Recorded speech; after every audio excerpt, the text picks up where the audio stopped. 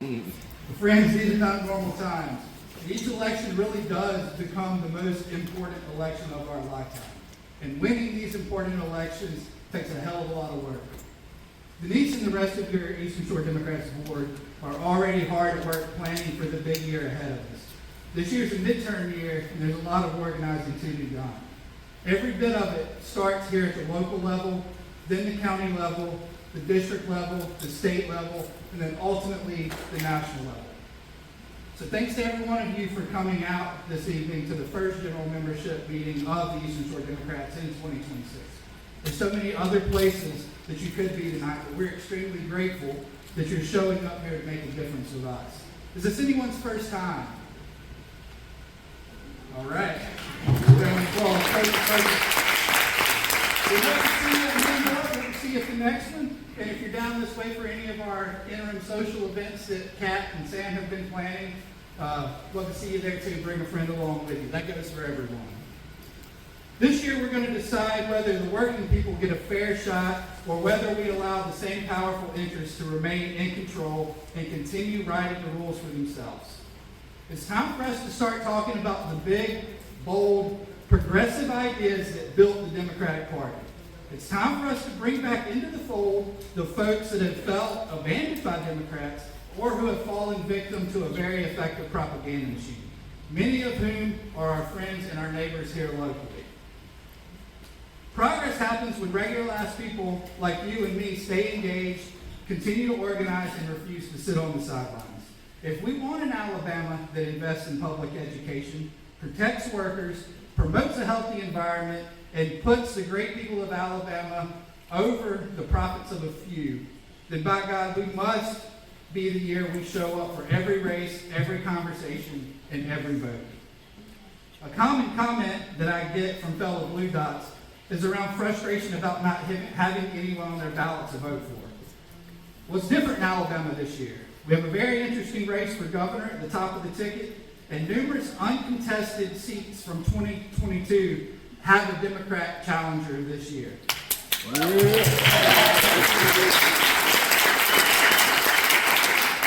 my pleasure tonight, though, to introduce you to Mr. Phillip Enslinger, who is running to serve you as your lieutenant governor.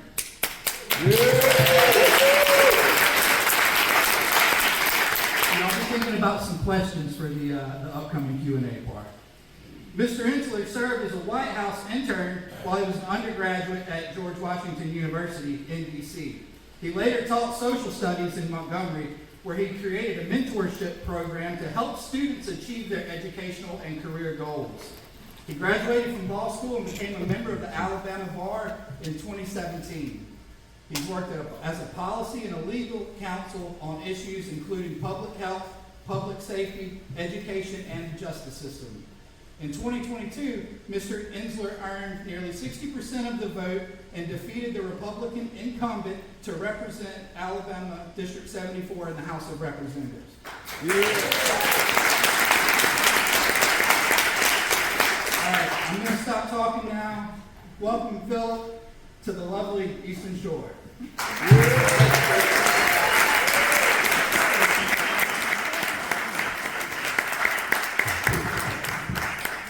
Good evening.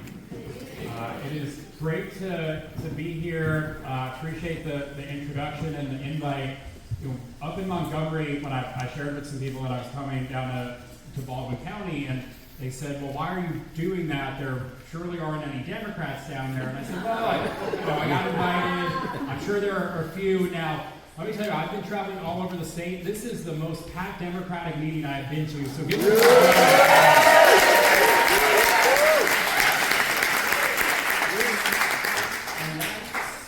volumes about the enthusiasm. It speaks volumes about the dedication and the work that you all do. So thank you. I know it is not always easy being Blue Dots in what has been a red state, but we are certainly going to change that this year with elections up and down the ballot. So I'm excited.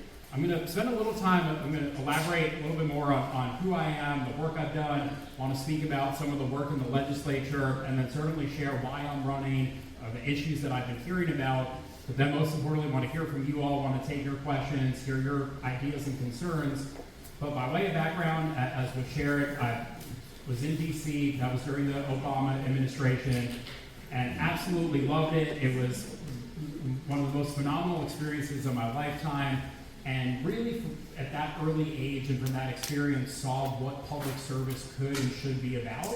It didn't matter if it was a foreign head of state or the janitor and anyone in between. Everyone that came into the White House, everybody that came into the West Wing in that presidency was treated with a level of dignity and decency and kindness. And to now see the contrast of that, where there is a meanness and ugliness and bully, it is everything but what I learned at that early age. And I share that because that then has been how I have tried to approach public service and my work ever since. I love being involved in government and politics, but wanted to do something more hands-on.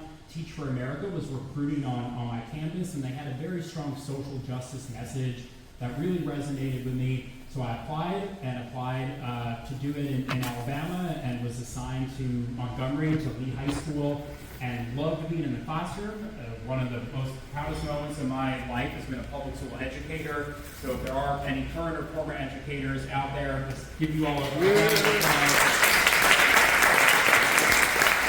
We pay a lot of lip service to educators being heroes and how great they are, but I always say we have to back that with good pay and good benefits, with good support systems, and we'll talk about this later. Defunding public education is certainly not a way to respect and show our appreciation for educators. I love being in the classroom, and one of the things though that I found was that many of my students in Montgomery had rarely traveled outside of Montgomery. Maybe had been to Birmingham, maybe to Atlanta, maybe had taken a summer road trip to visit relatives in Chicago or in DC or somewhere beyond the South, but many of my students hadn't traveled much. They certainly had not been on an airplane. So I started a program to bring students of mine, this was back in 2012, to bring them to DC, and we would, of course, Obama was still in office, and we would go and meet with people that were in that administration. We would meet with cabinet members, and just have the students have an opportunity to be exposed to DC, to meet with government officials, to advocate for themselves and things that they cared about. I've continued that program ever since, so I chaperone it every year. It is always the best week of my year. I love getting on an airplane with our young people and traveling up to DC, and no matter who's in office and who's in power, it is an empowering experience for young people, and we need to do more of those kinds of things where we expose them to different opportunities, where we work with them to help them achieve their goals. We've since expanded the program to not just students at the school I taught at, but at all of the high schools in Montgomery. We take some students from Birmingham, and I would love to expand it statewide. I get asked more and more, well, can't you bring students from any given county? And would love to do that, because it's been just such a blessing and privilege to be a part of our young people's lives. We now also have a trip to New York City that's a little bit more business and finance focused, but over the last few years, we've had students that have applied to schools like NYU and have gone on to attend those schools. So I have been incredibly focused on exposing young people to different opportunities, helping them achieve their goals. And it may be college, it may be a trade, it may be the military, whatever it may be that is best for them, making sure that they have access to the tools and resources to achieve the things that they're capable of. So I've loved doing that, but then went to law school. I've always had this passion for social justice. My heroes growing up were people that were part of the bus boycotts and part of the freedom rides, and went to law school to do my own small part to continue that work today. And after law school, worked for Alabama Appleseed, which some people may be familiar with. At the time, we were focused particularly on access to legal services, both on the civil and legal side. Appleseed has since gotten very involved in our horrible prison conditions and advocating for those reforms, and not just changes to the prison conditions, but making sure that there are reentry programs and better rehab services, making sure that when people are not just locked up over and over again for minor crimes, and certainly for things that are non-violent offenses. So loved working at Appleseed. One of the things that I discovered though during my time there was I was often going to the state house, and I was meeting with elected officials who I could tell did not particularly care about that issue that much. They didn't necessarily care that there were indigent people that didn't have access to good legal services. They didn't care that there were people who were getting assessed all these fines and fees and couldn't afford to pay them. And that really sparked an interest in getting more involved in local and state government. I then had the privilege of working for Montgomery's mayor, was there during the pandemic, and dealt with a lot of things we tried to pass and enact, there was some state law prohibiting it. One issue in particular we wanted to change, there was West Jeff Davis Avenue that attorney Fred Gray, who of course is a civil rights icon that he grew up on, we wanted to change the name of Jeff Davis Avenue to Fred Gray Avenue, and of course had to figure out, well, would this be in violation of the state law that prohibited the changing of certain monuments and preserving certain things from history. And fortunately, the mayor's attitude and our attitude was, well, if the state wants to come after the city for it, then let's take on that fight. And I think having that attitude more and more where it is the right thing and the just thing to do is so important. That motivated me, though, to want to be at the state legislature, to actually be on the inside there trying to fight the good fight. The issues I've been most focused on there, the biggest one has been gun violence. I have lost 10 of my former students over the years to gun violence, and have just seen the trauma and the horror that inflicts, not just on the immediate family, but on classmates and on the community as a whole. And I know that laws cannot stop every act of gun violence. I know that we cannot legislate our way out of every tragedy, but there are many things that we can and should do. And for those who say, well, you can't do something as a lawmaker, well, I was elected to enact laws that can make a difference. So I was most focused on that. I led the effort to ban block switches. Those turn handguns into machine guns. And so far, hundreds of those devices have been confiscated. There were people who told me there's no way, particularly as a Democrat, that I would be able to pass any sort of gun safety legislation, but worked well with law enforcement, worked well with groups like Moms Demand Action, and we were able to, it took 3 years, but we got it through, and that has made me confident and show that with a lot of work, with that persistence, that you can pass tough laws. I've also been very focused on mental health because I have seen with young people that is often, there's a barrier to access. And I think I heard we have some psychiatrists or psychologists in the room and others, and providing more access to those services. We all know that health insurance and health care is tremendously expensive, but especially for our young people in rural places who may not have counselors in the area, maybe they don't have transportation to get to an appointment as easily. I secured funding in the education budget that will allow for telemental health, and that will start maybe later this school year, if not for sure next school year, for not only students throughout the state, but education employees throughout the state, because we know that being an educator is tough as well, and everybody needs access to good mental health services. So very proud of that, and we'll continue that work. And then lastly, one that I'm very proud of as well was securing funding for a community health worker program. And for those who are not as familiar with those, it is kind of a grassroots way of almost like canvassing during a campaign, but instead you have health workers, people who have information about vaccine schedules, or they have information about how to take care of yourself with better wellness practices, and they can go and check in on people. Maybe there's an elderly resident who doesn't always have a ride to get his or her medication, and this wellness worker, this healthcare community worker can help reach those people, knock on their door, do a check-in. So we started a pilot program in Birmingham with that. We'd love to expand those kinds of things statewide. And I share all of that to say that, yes, as Democrats, it is hard at times to get things passed. As Democrats, we have to fight the bad bills. There are often things that are unconstitutional, they're illegal, they're bad policy, they're going to cost the state a lot. And we can get up and yell until we're red or blue in the face and make those arguments. The Republicans do have the votes to pass those things, but it doesn't mean that we shouldn't fight them, that we shouldn't do everything we can to stop it. But I know that we also have to be on the offensive. As Democrats, we can't just fight the bad, we have to advocate and speak up for the good. And I have shown that you can, in a tough state, in a state that has been red, that we can still accomplish things, that we can move the needle forward. So now running for lieutenant governor, people say, well, you can't get anything done in the Senate, it's overwhelmingly Republican. As lieutenant governor, there's not a whole lot of power. And my response to that is that is foolishness, and it's ridiculous, because when we stand up and advocate for things like Medicaid expansion, when we speak up and say we need to help keep hospitals open, those are things that we should fight for, that we can bring legislators together around. Things like having a lottery that can help fund education and college scholarships. It can help with health care. It can put more money in people's pockets through things like rebate checks. There are so many different things that we can do with those proceeds. I know it's not the end-all, be-all. A lottery's not going to solve all of our financial or fiscal issues, but it can make a tremendous difference.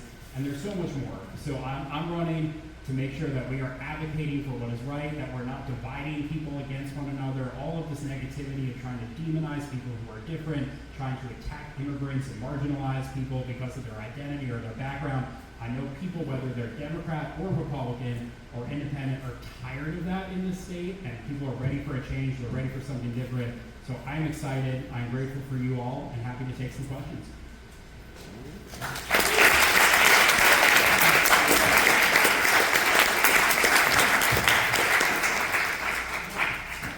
Raise your hand if you have a question. Now, we've got two of our folks that are Yeah, all the way line. back there.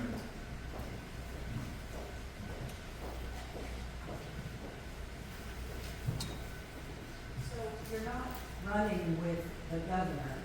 So what kind of power do you have as the lieutenant governor to get anything done?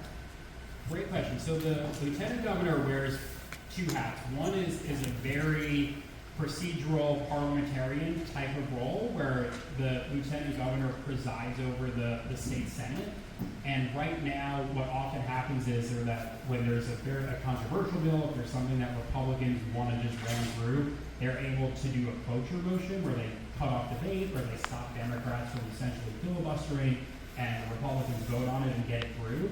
The lieutenant governor has a large role in helping make sure that there is fair debate and enough time given to both sides. So especially with these controversial bills, if Democrats are able to filibuster, if they're able to get up and spend more time, that could lead to essentially killing certain Republican bills. So almost being a referee of sorts, we're saying Republicans just can't dominate the debate in particularly in the Senate, but also give Democrats more of a say and opportunity. That can make a big difference. And then there's what I would call the soft power aspect of it, of trying to convene and bring legislators together. The lieutenant governor can use the office to draw attention to issues, to get media, to get a spotlight around it, but then also work with those senators to sit down, to try to reach an understanding.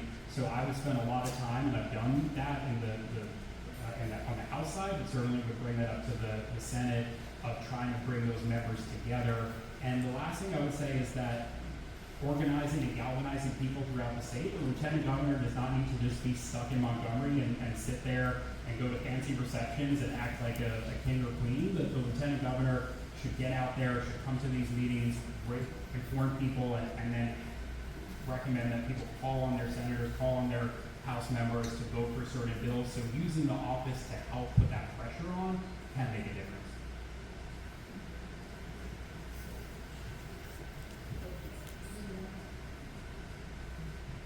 This year, the funding for private schools, where people take money to send their kids to private schools, costs the state education department about $33 million. I don't know what it's going to be in 2027, but 2028, they remove the restrictions on your income. So somebody making $500,000 a year could still get, for their 3 kids, $21,000 out of the state to send to private school that they've been paying for. What can we do to require those private schools or homeschooling to follow a curriculum that the public schools follow?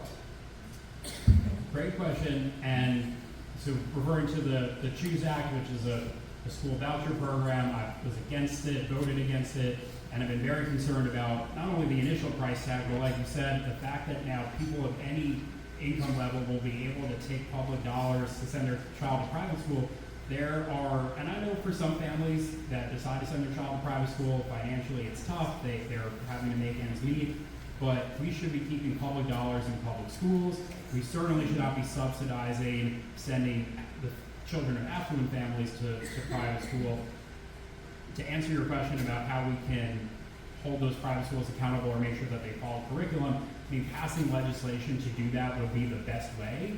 Now, the current reality at the legislature is that there would not be enough votes to do that, as Republicans are pushing more and more for what they ran school choice and the voucher program. But that doesn't mean that couldn't change if we elect more Democrats in these state house races and then have more numbers there where we could then pass something that would require that. So it's, the immediate reality is that it's not good, but with the right people in office and certainly with the right governor, right lieutenant governor, right state senator, state house members, that something like that could get through. And the last thing I'll say though, that on the income cap part of it though, for people that claim to be fiscally conservative, putting that pressure on and calling out members to say, look, even if you're not going to fully repeal the school voucher program, at least revisiting to put an income cap on it. Again, that's not a complete solution, but that would be better than allowing it to just completely eat away at the education budget.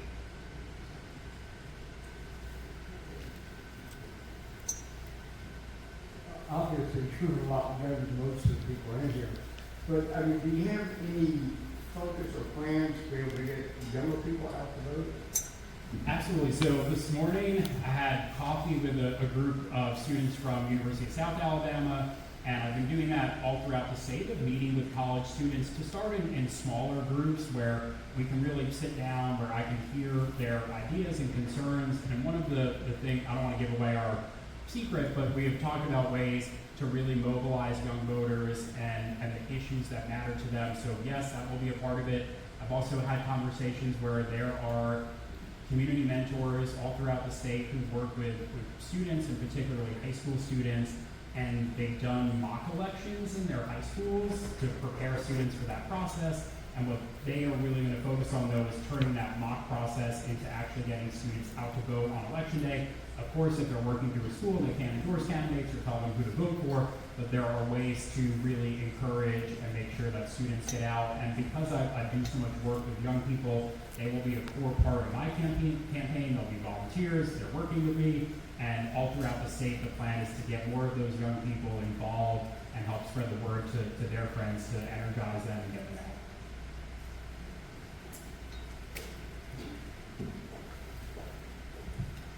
I'm curious about strategies that you think might be possible to extend what our Minneapolis kind of advocacy in Alabama, particularly among legislators.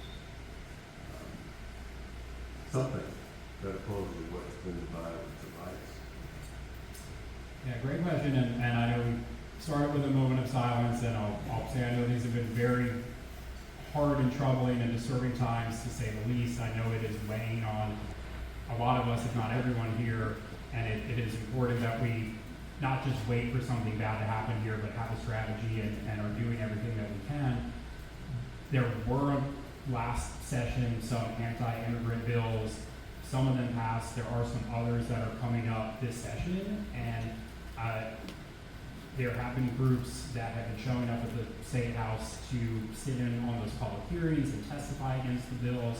They've been showing up to meet with legislators. And when it is personal stories, when it's not just some abstract thing, but it's actually an individual coming up to the State House and sharing his or her story or their family story about how they're afraid, I got a call from a constituent of mine today who said that she's really fearful for her children and that they may go to school one day and may not come home. And sharing those stories though, and having those voices out there, particularly with Republicans who are inclined to vote for these bills or really pushing for them. So that's part of the strategy is humanizing it and making it about actual voices. And then I think part of it though as well is there's the legal component, and having legal groups, having lawyers who are prepared to file lawsuits, who are prepared to challenge these things in court when they are unconstitutional practices. So that can help with some of the legislation. But I am hearing, and I'm sure many people in this room as well, from Republican friends or Republican coworkers who are seeing what's happening in Minnesota and said, well, that is not what I voted for, that is way too much. So it is so tragic and so horrible, and it should never have gotten to this point, but it is waking some people up, and I think the more we talk about it, the more we humanize it, that hopefully some Republicans in particular will be moved to not support these kind of bills and kind of practices.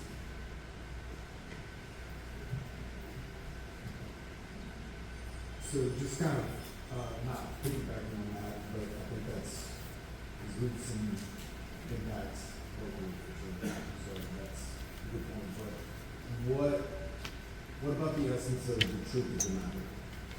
As far as in Florida, 45 miles from here, there's 5 times as many undocumented immigrants than there are in Minneapolis. And in Texas, there's 8.5 times more undocumented residents or undocumented immigrants in Texas. So is it really about immigration and like is there the spine to speak the truth? This is not about immigration. This is about a illegal extortion scheme by the U.S. Attorney General about elections. So is there the spine, is there the gall, is there the fortitude for like-minded individuals like us here in this room who are elected leaders to speak the truth, to call out the lies, to say this is not about immigration because there are the videos and the acts in Texas, Florida, Oklahoma, and other states across the country. Absolutely, yeah, and I think calling it out for that, it is not at all about what we've heard in the presidential race was that it would just be going after those that are a public safety threat and those that are the worst of the worst criminals and calling that out, but that's obviously not what is happening, that there are people who are innocently living their lives, there are people who are American citizens, but to your point specifically, to call out that this is happening in blue cities with Democratic mayors, places that have been willing to stand up to Trump, and that this has been a retribution tour of sorts, or saying, well, we're going to try to intimidate. So yes, calling it out. I don't know that that will necessarily move Republicans, but we should absolutely be honest about what it is and why it's being done.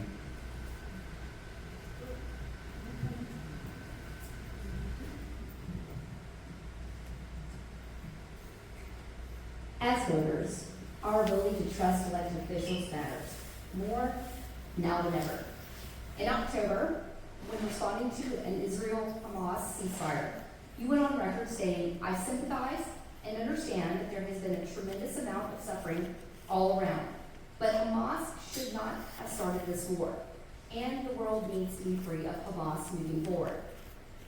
Democrats often criticize the GOP for retreating into their ideological bubbles and relying on whataboutism to avoid confronting uncomfortable facts. In your statement, harm is acknowledged, but rhetorically. While responsibility is redirected away for those that have overwhelming power. As a woman, I am deeply familiar with this logic. Women are routinely told that violence against us is tragic but unavoidable. So my question here is, when we look at how you frame your responses about Gaza, how is that reasoning any different than what we're experiencing from this administration as they kidnap and kill U.S. citizens in our street? And how can we trust you to not make decisions based on your own feelings and ideologies and stuff going forward in our best interest? How do we know you're going to continue fighting for what's right? Sure. No, thank you for the question. So, a few points on it. One, certainly as Lieutenant Governor, don't have a role in foreign policy and recognize that there are very strong opinions and very strong feelings around a very, very difficult and very complex situation. With that said, I know that there are so many issues within our state where people are suffering, where hospitals are closing, where people can't afford their utility bills. So focusing as much as I can on the things that would be within my control as Lieutenant Governor and focusing on the things that I do have within my control. With that said, from a bigger picture standpoint, I've always been and always will hope for a lasting peace where Israelis and Palestinians can live side by side and that there's no war and that everybody is able to live out their lives with dignity and in a peaceful way. So as far as comparing it to the current administration, I sort of was speaking in the way that in the United States, I think we all can agree that 9/11 was a horrible, horrific act of terrorism innocent people should be killed, the way we can all unequivocally say that Al-Qaeda and the Taliban are terrorist organizations that have no place in our world. That's simply where I was coming from with that statement. And as far as trusting me, my track record of serving people of all backgrounds in the state, of fighting for a more just state, of speaking up when it's not always comfortable or easy, but saying that whatever bill it is, if it is immoral, if it's unjust, if it is discriminatory, if it is marginalizing people, I've always been an ally and always will stand up against those things. So I ask you to look at my track record in this state and what I've done, and I'm always happy to have an open dialogue and talk things through and have that conversation.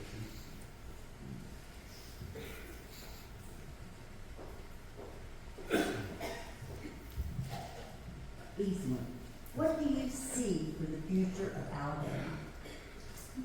So, great question. I see a future where we are not dealing with as many hospitals closing, where people are able to afford a more affordable health insurance, a state where people don't have to fear as much from gun violence or fear from that they're not going to have access to basic services, whether that's mental health, whether that's maternal services, so many different things that people are suffering from, where we do invest in and support public schools, where any young person is able to achieve their goals, that it doesn't matter what zip code they're from, what their background is, that they have those opportunities, that we are investing in them and supporting them and uplifting them, and a future where people aren't, I'm sure we all know people that have fled the state that have said that the assault on people's rights, the assault on liberties, whether it is banning books, whether it is telling women what they can and cannot do with their bodies. I mean, there are people that have left this state because they don't feel safe here and they don't feel welcome. But I see a future where if we elect the right people, it will be a more welcoming state, a more inclusive state where people are flocking here even more.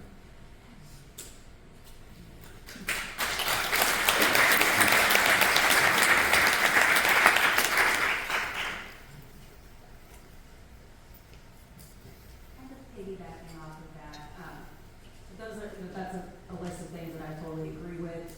Given the political realities of Alabama, of those sorts of things, what is the issue or issues that you see as most promising to be able to find some common ground with Republicans? If I'm talking to a Republican, I'm trying to say, hey, this is who you should vote for, you're a little disillusioned, check this out. What do you see as the issues that are most fruitful in that area? Great question. So a lot of people are very concerned about being able to afford their bills, and I know that's become like a buzzword these days, affordability, but it doesn't matter where people live, what their background is, their utility bill, their power bill is high, if it's their rent or their mortgage, if it's their health insurance, groceries.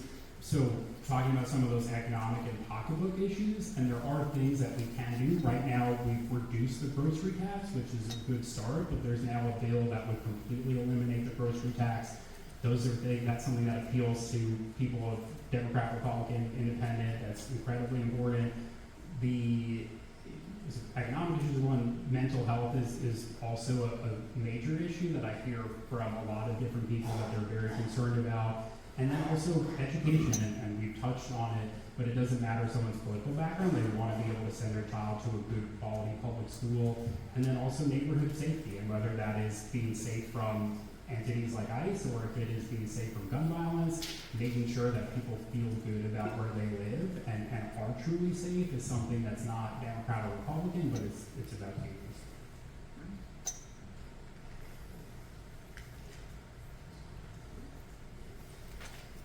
Again, and I can follow it. But the part about what I see for that Alabama also, in addition to your list, is what are the things we can do in Alabama to welcome immigrant neighbors who are responsible for almost all of the hands-on kind of work I see done around me. If we don't welcome them, and they're not here, I can tell you a whole lot of stuff will stop. And that should be a favorable thing, depending on either side of the aisle people are on, is the safety of immigrants. Absolutely, and we shouldn't, I wish that just appealing to people's basic humanity and saying let's love our neighbors would be enough, but we need to do even more than that and talk about the economic impact, what it would mean for business, what it would mean for agriculture, what it would mean for people who count on that labor, and we shouldn't even have to make it that point, but that certainly would register more with certain people, and we have to talk about it in that way for that reason.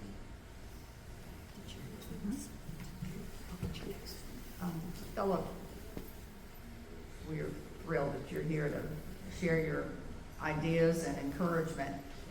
What do you need from us? I appreciate the question. So certainly you all encouraging friends and family members to get out and vote, but also having those tough conversations with friends who are Republicans and saying, aren't you tired of the craziness? Aren't you tired of all of the ugliness and meanness? And even, and some of us were talking about this in the beginning, even if they're not willing to put out a yard sign, they may not be willing to be public about it, but just giving them that encouragement, giving them that sense of, hey, the Democrats are not whatever you may think they are, and really have those one-on-one and small group conversations. So that would make a big difference. If you are willing to volunteer, go into my website, phillipenslinger.com, and we have a couple of boards out there you can sign up to volunteer. And I would be a bad candidate if I did not say that donating, if you can contribute financially, like it costs money to have a great campaign staff, to advertise. The Republicans are raising astronomical amounts of money. We can overcome that and beat that through hard work, but also it's going to take some donations. So if you're willing to contribute, you can also do that through my website or the QR code. Any bit makes a difference. So conversations with neighbors and friends, volunteering, and certainly donating can all help a lot. And on the fourth one, and social media, sharing that way. It's for all the negativity and bad at times. Putting things out there that are positive and encouraging and helpful and informative can help as well. Have you seen any positivity or progress from the other side of the aisle for a possibility of Medicaid expansion? So things were starting to get close, and Blue Cross was working with the governor's office, and they called it, instead of Medicaid expansion, they were calling it close the insurance gap. And so I've said, look, whatever people want to call it whatever it is, if it has the same outcome. There started to be an openness to it. Then, candidly, when Trump got elected, that shifted, and they said, well, the administration's not going to support Medicaid expansion. We don't really think that we should focus on that anymore. Maybe they'll cut those funds, and that it took a big turn away from that momentum. So that's why those who's in the White House obviously has a huge impact on the whole country and the state, but even on that one issue, I think if there's a president who is more supportive of it, that can get some Republicans back on board, because deep down, a lot of them, they now see how problematic it is that we haven't done it, but politically they're afraid again to speak up on it, or some are afraid to speak up on it.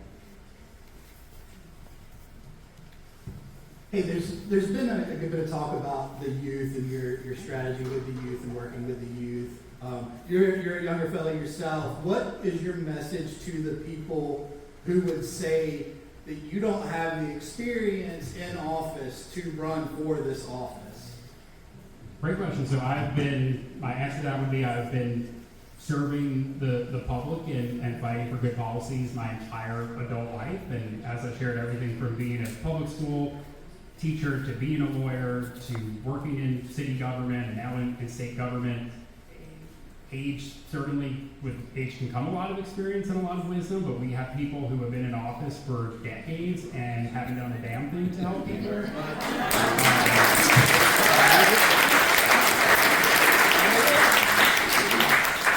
So I would share that, look at my track record, and also then look at the record of some people that have been in there and what they have failed to do. And at the end of the day, it's about who has that track record in the community, who has the track record of delivering legislation or policies, and who's offering things that actually can make a difference.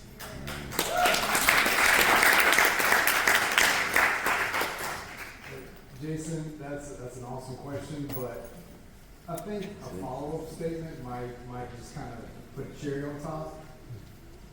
The current occupant of the White House never worked in public service before either, so there's two sides to that coin, I would just say.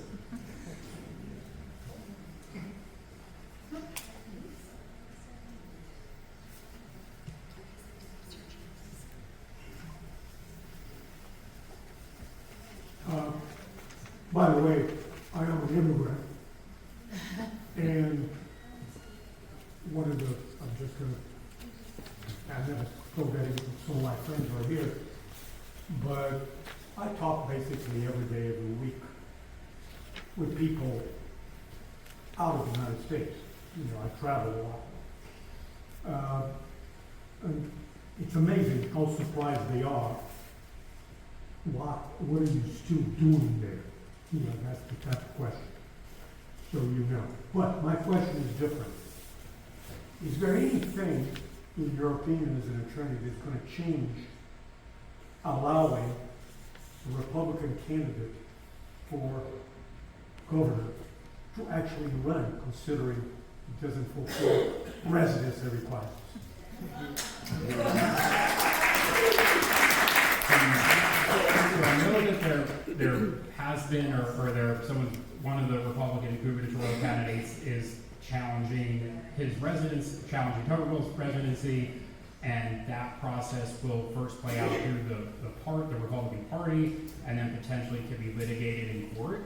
So my hope would be that if there is the evidence that he or any candidate for that matter doesn't meet the residency requirements, that they would be removed from the ballot, or that there would be that accountability from whether it's a party standpoint or a judicial standpoint. So those processes are there for a reason, but look, we're living in times where the courts don't always follow through on what is the law. They don't always follow through on what is the right thing. So we'll have to see, but it is a big moment to see if our institutions and those rules that are in place are held up, should there be evidence that he doesn't live here.